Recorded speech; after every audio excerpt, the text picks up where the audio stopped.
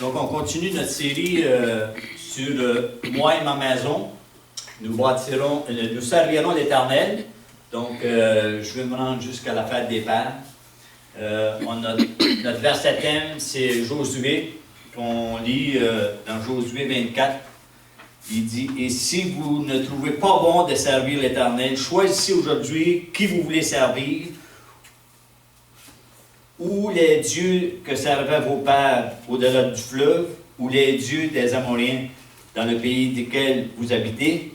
Moi et ma maison, nous servirons l'Éternel. » Et ce matin, vous savez, je vous ai dit que Dieu, c'est pas moi qui vous l'ai dit, c'est Dieu qui le dit dans sa parole dans Jérémie, qui a préparé des plans pour nous d'avance, afin qu'on les pratique, n'est-ce pas? Donc ce matin, on va aller au côté plus pratique. Et mon verset thème, ce matin, c'est dans Ésaïe 48, au verset 17, qui dit « Ainsi parle l'Éternel, ton Rédempteur, le Saint d'Israël. Moi, l'Éternel, ton Dieu, je t'instruis pour ton bien. Je te conduis dans la voie que tu dois suivre. » Et je vais sortir trois mots de ce verset. Je vais sortir le premier mot, Rédempteur. Deuxième mot, je t'instruis. Et troisième mot, je te conduis. Donc, le premier, le Rédempteur, c'est que, vous savez, la rédemption, ça veut dire tout simplement rachat. Rachat de quoi? Vous savez, la Bible nous dit qu'on était tous errants comme des brebis, chacun suivait sa propre voie. Le péché qui est en nous nous mettait obstacle devant Dieu. Donc, on a racheté de quoi? On a racheté de l'emprise du péché. L'emprise qu'il y a eu à travers Adam et Ève dans le jardin d'Éden. Vous savez, c'est là que le péché a commencé. Et la Bible dit que le péché s'est étendu sur tous les hommes, car tous ont péché, ils sont privés de la gloire de Dieu. Donc, on voit l'obstacle. Donc, racheté de la malédiction du péché. Et le message que Jésus a prêché, le premier message que Jésus a prêché, c'est la repentance. La repentance, c'est-à-dire, il faut que tu changes. Vous savez, parfois on peut se dire, « Ah, ben moi, j'ai tout le temps fait ça comme ça, puis c'est comme ça que je fais, puis je continue comme ça. » Mais Dieu nous appelle à un changement de direction. Dieu nous appelle tous à la repentance. Dieu nous appelle tous à faire demi-tour. C'est ça que ça veut dire, repentance. Donc, c'est le délaissement, c'est l'abandon, c'est... parfois, on est juste entêté, mais il dit, c'est comme s'il est venu mettre un mur, il dit, change de direction. Et je vous ai déjà parlé de la repentance à plusieurs reprises. Et la repentance, c'est tout simplement donner la direction à Dieu, se détourner. Comme que je dis souvent, change ta position. Puis Dieu va changer ta situation. Donc, vous savez, aujourd'hui, sauver de quoi? Aujourd'hui, on parle de l'enfer, mais on ne sait pas trop c'est quoi l'enfer, n'est-ce pas? Je vais parler de trois sortes d'enfer qu'il peut y avoir. Le premier enfer est dans l'être humain lui-même. Vous savez, comme Adam et Ève, qu'est-ce qu'ils ont eu la chute, les conséquences d'Adam et Ève, on voit que le péché est entré dans le monde, et par le péché, la mort a suivi. Donc, dans l'être humain, il y a comme une sorte d'enfer qu'on pourrait dire. Okay? Et l'enfer aussi, la deuxième, c'est qu'elle peut être aussi dans nos maisons, l'atmosphère, toutes les mauvaises paroles. Il y a des maisons qui vivent des difficultés énormes. Il y a des maisons qui vivent les traumatismes. Il y a des maisons qui vivent, qu'on pourrait dire, une sorte d'enfer. Okay? Et il y a aussi l'enfer éternel, lorsque tu es séparé de la gloire de Dieu pour l'éternité. C'est ce que la Bible appelle la seconde mort. Donc, on voit que sur la croix, il y avait aussi trois hommes là. Okay? Et sur ces croix, ces trois hommes-là, un d'eux était un sauveur. Et un homme seulement sur un sur deux, s'est tourné vers Jésus. Il a dit, souviens-toi de moi quand tu seras dans ton royaume. Donc, un seul a été délivré du rachat de son crime, de ses péchés. Et la Bible dit que Jésus lui dit, aujourd'hui tu vas être avec moi dans mon royaume.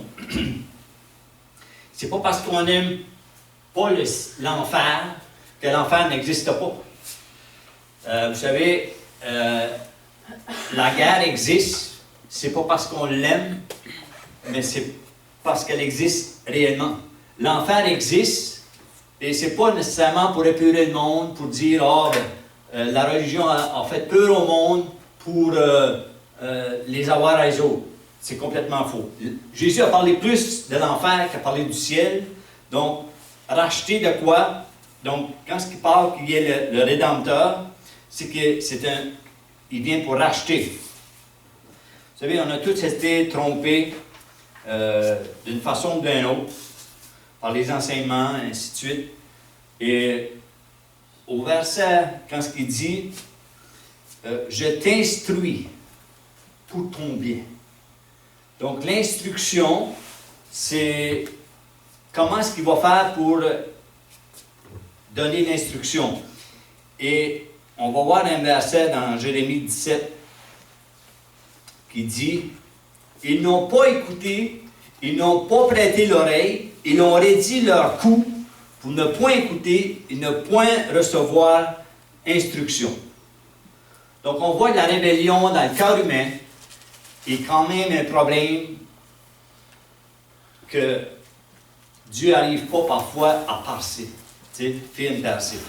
Donc, on voit qu'ils n'ont pas voulu, ils ont dédié le coup, ils n'ont pas voulu écouter. On a un enseignement. Vous savez, la Bible dit que quand est-ce que tu résistes à Dieu, quand est-ce que tu n'acceptes pas son enseignement, ça peut devenir même une idole dans ta vie. L'obéissance est préférable au sacrifice. La désobéissance, c'est comme de l'idolâtrie. Donc, le monde enseigne aussi. On va voir que le monde enseigne toutes sortes de principes qu'on a grandi avec ou pas. Le monde va enseigner une chose, c'est « aime-toi ». Passe avant tout. Regarde pour toi-même. Si ça fait ton affaire, prends-la. Si ça ne fait pas ton affaire, mets-la de côté. Donc, le monde enseigne quoi? Le monde enseigne l'égoïsme. Le monde enseigne regarde-toi. Aujourd'hui, on pourrait dire pose-toi. Donc, et sois indépendant. Fais ta vie comme que tu penses. Laissez-vous pas tromper par les enseignements de ce monde, parce que les enseignements de ce monde, la fin de ça, c'est la mort, c'est l'enfer, c'est... Et aujourd'hui, avec le nouvel âge, on voit qu'ils vont dire « Tout est en toi ». Il s'agit juste « Découvre-toi toi-même. Découvre-toi, la force est en toi. » Et comme qu'on voit même, je me rappelle quand on était jeune, comment il s'appelle, lui qui disait « La force est en toi », la vidéo. Donc, voyez-vous, on s'est fait enseigner des choses comme ça. Tout est en toi. En d'autres mots, que Jésus est venu ou pas venu, ça change quoi? Okay? Donc, c'est tout concentré sur toi. Fais tout ce que tu désires. Pense à toi avant tout. Et ça l'a emmené à un égoïsme, qu'on pourrait dire dans notre temps, qui est un peu extrême. Aujourd'hui, pourquoi on a légalisé l'avortement? C'est parce que ça peut te déranger quand un bébé vient dans ta vie que tu ne veux pas. N'est-ce pas? Donc, au déplaisir de la Bible, au déplaisir de l'enseignement biblique, on va tasser les enseignements bibliques, on va refuter juste pour que... Et la Bible dit que dans les derniers temps, que les hommes vont être égoïstes, amis de l'argent, fanfarons, hautains, blasphémateurs, rebelles, ok? Et on voit dans Romains 1 qu'ils ont aimé le plaisir plus que Dieu. Vous lirez Romains 1, vous allez voir que quand il parle de ça. Donc, on a légalisé l'avortement, on a légalisé l'homosexualité, on a légalisé, on peut mettre des légalisations aujourd'hui, ça vient pour satisfaire le besoin que le monde veut enseigner. Okay? Et comme que Jérémie va dire, ils n'ont pas voulu écouter ce que Dieu enseigne, ils n'ont pas voulu écouter ce que Dieu voulait, et la Bible dit que c'était pour leur bien. Donc, à lieu de périr, ils vont se rébeller contre Dieu, mais c'est pour le tort. Et le monde va appeler ce qui est bien mal et ce qui est mal bien. Ce n'est pas les diplômes qui vont t'apporter au ciel. Ce n'est pas l'argent qui va t'apporter au ciel. Ce n'est pas ton ego qui va t'apporter au ciel. L'enseignement que Jésus nous donne, c'est seulement la Bible qui va dire que Dieu t'aime. C'est seulement la Bible qui va dire que Dieu a prouvé son amour envers toi, parce que lorsque tu es encore un pécheur, Christ vient mourir pour toi. C'est seulement la Bible qui va dire que Dieu prouve son amour envers toi. C'est seulement la Bible qui va te dire des choses que tu as besoin d'entendre réellement. Jésus va dire, « Je suis le chemin, la vérité et la vie. » Donc, qu'est-ce que la vérité que Pilate dira? Et la parole dit, si tu connaissais la vérité, tu serais réellement libre. Donc, pourquoi les instructions? Pourquoi il veut nous instruire? Parce qu'il veut qu'on soit réellement libre. Et il va dire, Jésus va dire des paroles dans Matthieu 11, 28. Il va dire, venez à moi, vous tous qui êtes fatigués et chargés, et je vous donnerai du repos. Il va dire, prenez mon joug sur vous et recevez mes instructions, car je suis doux et humble de cœur, et vous trouverez le repos pour vos âmes. Les gens, sans le savoir, cherchent le repos, mais dans leur façon à eux. Dieu a une façon réelle de nous donner le repos de l'âme. Dieu seul a la réponse à l'être humain. C'est malheureux que les êtres humains cherchent ailleurs ce repos-là pour l'âme. Jésus seul vient mourir sur une croix pour sauver l'âme. Jésus seul vient sur cette croix. Et on va lire dans Ésaïe, quand ce qu'il dit dans Ésaïe 28, il dit, son Dieu lui a enseigné la marche à suivre et lui a donné ses instructions. Vous savez, les instructions du Seigneur, c'est un peu, vous savez, la Bible, c'est un peu comme le livre d'instruction du manuel. Un manuel d'instruction, quand tu arrêtes une voiture, tu as le manuel, comment est-ce que ton véhicule est composé, ainsi de suite. La Bible, c'est un peu ça. La Bible, c'est un livre d'instruction. Et j'aimerais dire, comme Samuel, le prophète, quand il dit « Parle l'Éternel, ton serviteur écoute ». J'espère que vous êtes venus ce matin dans le but de vous laisser enseigner par la parole de Dieu. Non pas par un homme, mais pour vous laisser enseigner par la parole de Dieu, ce que Dieu dit. Donc, il va dire, venez à moi, vous qui êtes fatigués et chargés. C'est que les gens ont un fardeau sur leur épaule qui sont placés eux autres mêmes, puis ils ne peuvent pas s'en délivrer. Quand tu viens à la croix, c'est là que ces choses-là tombent. C'est pourquoi il va dire, si tu connais le Fils, tu seras réellement libre. Et il faut apprendre aussi à dire non.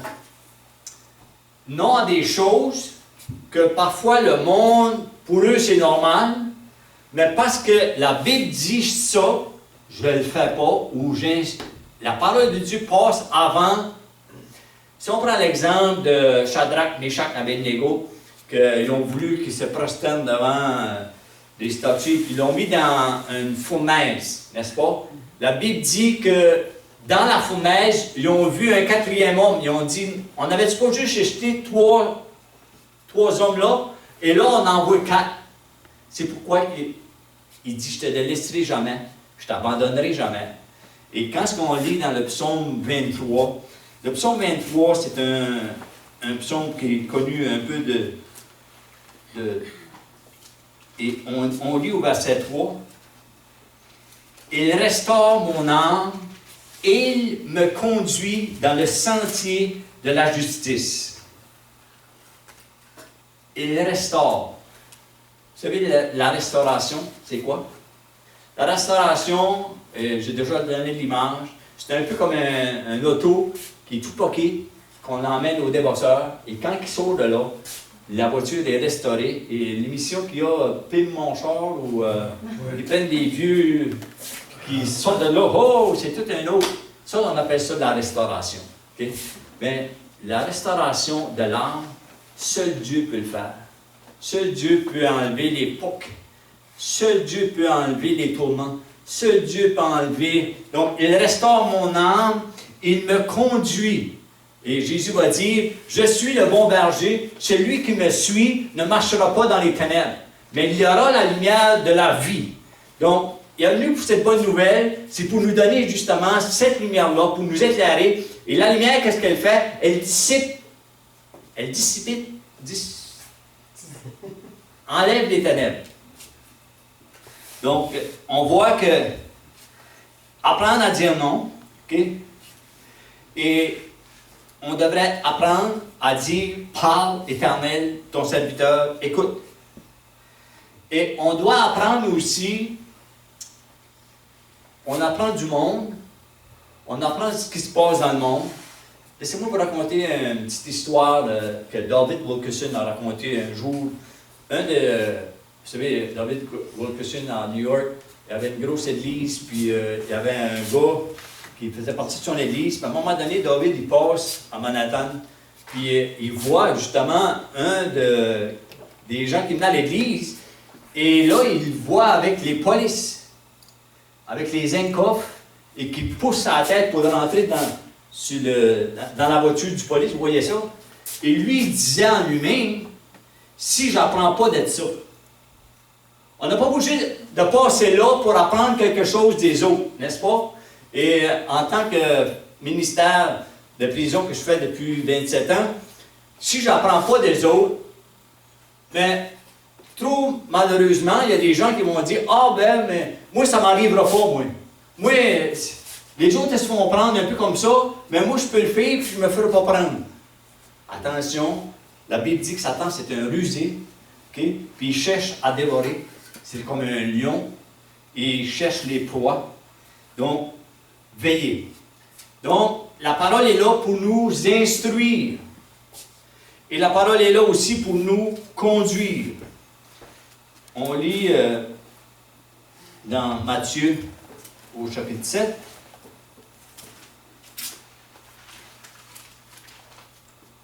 Il dit, « Entrez par la porte étroite, car large est la porte, spacieux le chemin qui mène à la perdition.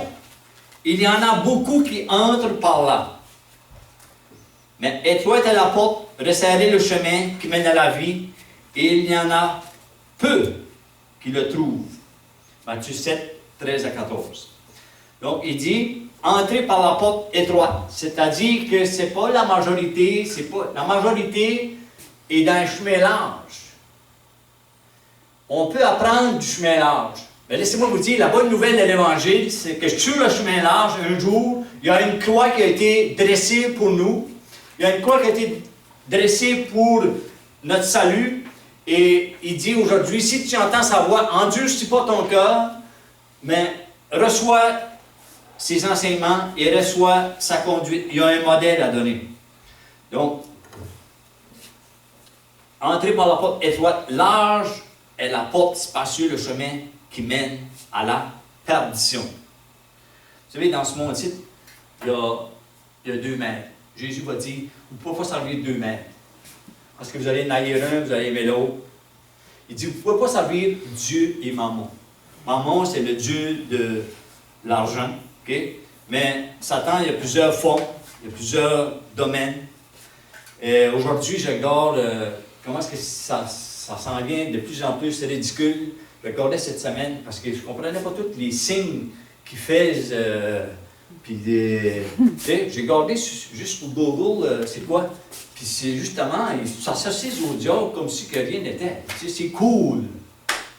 Mais, je me dis, voyons, c'est quoi le...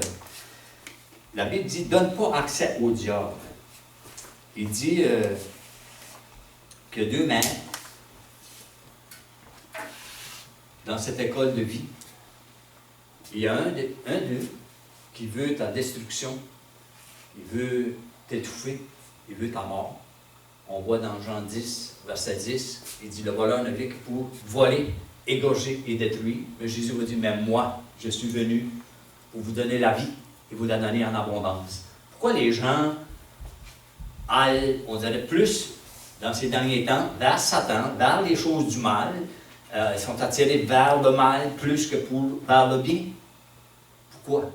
Parce qu'on voit comment est-ce que la corruption peut arriver à un terme. Donc, il dit, tu ne peux pas servir deux maîtres.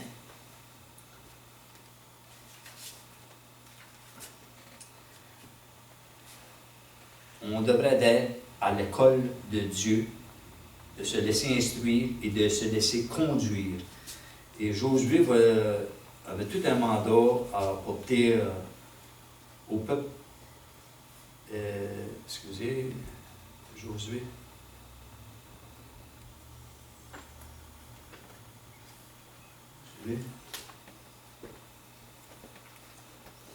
Il va dire que ce livre de la loi ne s'éloigne point de ta bouche, médite-le jour et nuit pour agir fidèlement selon tout ce qui est écrit. Car c'est alors que tu auras du succès dans tes entreprises, c'est alors que tu réussiras.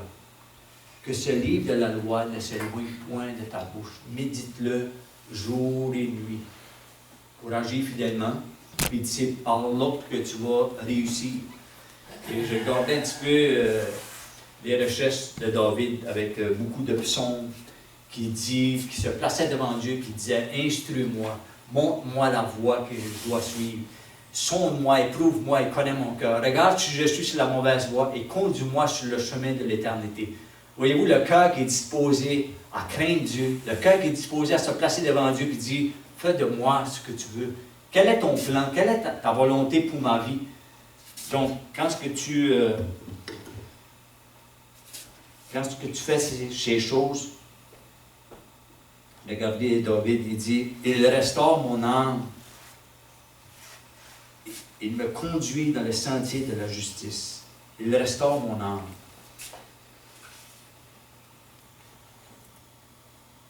Vous savez, Jésus est pourvoit. Il dit, marcher, quand il parle de marcher dans l'ombre de la mort, okay? Marcher à l'ombre de Jésus, il va dire, mes voies ne sont pas vos voies. Vos pensées, ce n'est pas mes pensées. Donc, on a vu mercredi le débat sur d'avoir Jésus comme sauveur et de l'avoir comme Seigneur. Vous savez, Seigneur, c'est un titre qu'on donne à des rois, à des empereurs, mon Seigneur, mon Seigneur. Okay? Mais aujourd'hui, le débat, c'est que c'est facile d'avoir la vie éternelle. C'est facile de dire je veux Jésus comme mon sauveur, je veux qu'il soit mon sauveur. Okay? Je l'accepte comme mon sauveur. C'est facile à faire, ça se fait dans une prière. Tu dis, je reconnais que je suis un pécheur, je vois que j'ai besoin d'être sauvé, je crois que c'est toi le sauveur, c'est toi qui es mort à ma place à cette croix, et je t'accepte comme mon sauveur. Viens pardonner mes péchés, viens purifier mon cœur, donne-moi la vie éternelle, écris mon nom dans le livre de vie, et la Bible dit que tu es sauvé. Mais de l'avoir comme Seigneur, c'est-à-dire que tu te soumets à sa seigneurie. Paul va dire, si je vis, c'est plus moi qui vis, mais c'est Christ qui vit en moi. C'est de donner sa vie, c'est donner le cordeau de sa vie au maître. C'est-à-dire, quand tu le reconnais comme Seigneur, tu le reconnais comme ton maître, comme ton instructeur, comme ton conducteur. Et ça, c'est tout un cheminement qu'on a à apprendre, n'est-ce pas? Non ma volonté, mais la tienne. Donc, c'est tout un enseignement. L'école, la vie, c'est une école. Et je suis en train de manquer de batterie, mais je veux juste terminer avec Jonas. Jonas, dans l'Ancien Testament, je veux vous encourager à lire cette semaine le livre de Jonas.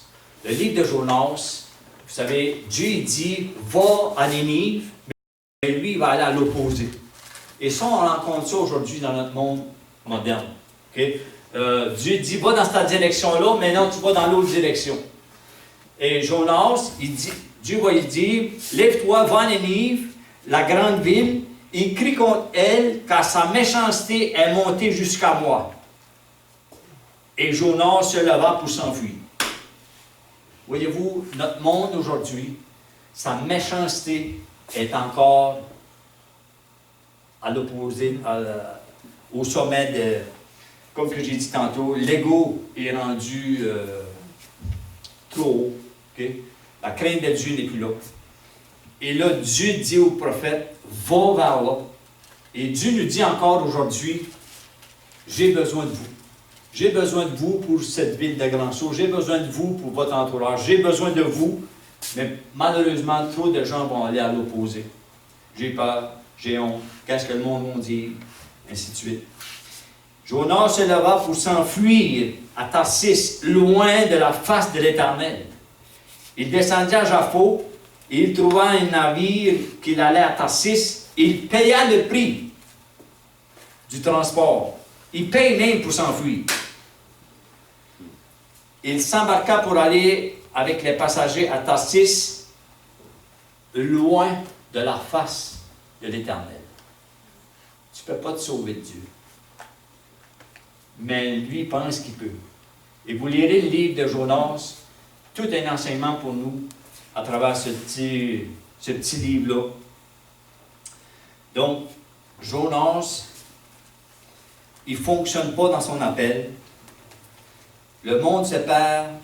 Il dit, lève-toi, tu as un mandat, puis Jonas s'en va à l'opposé où il se cache.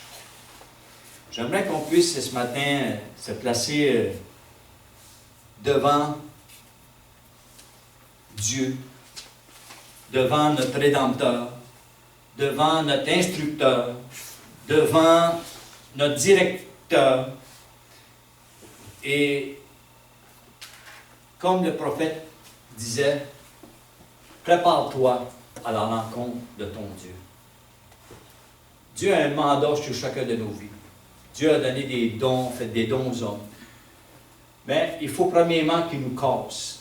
Il faut premièrement qu'on se vide de nous-mêmes, puis qu'on charge de lui, puis qu'on fasse non pas ce que je veux, mais ce qu'il veut.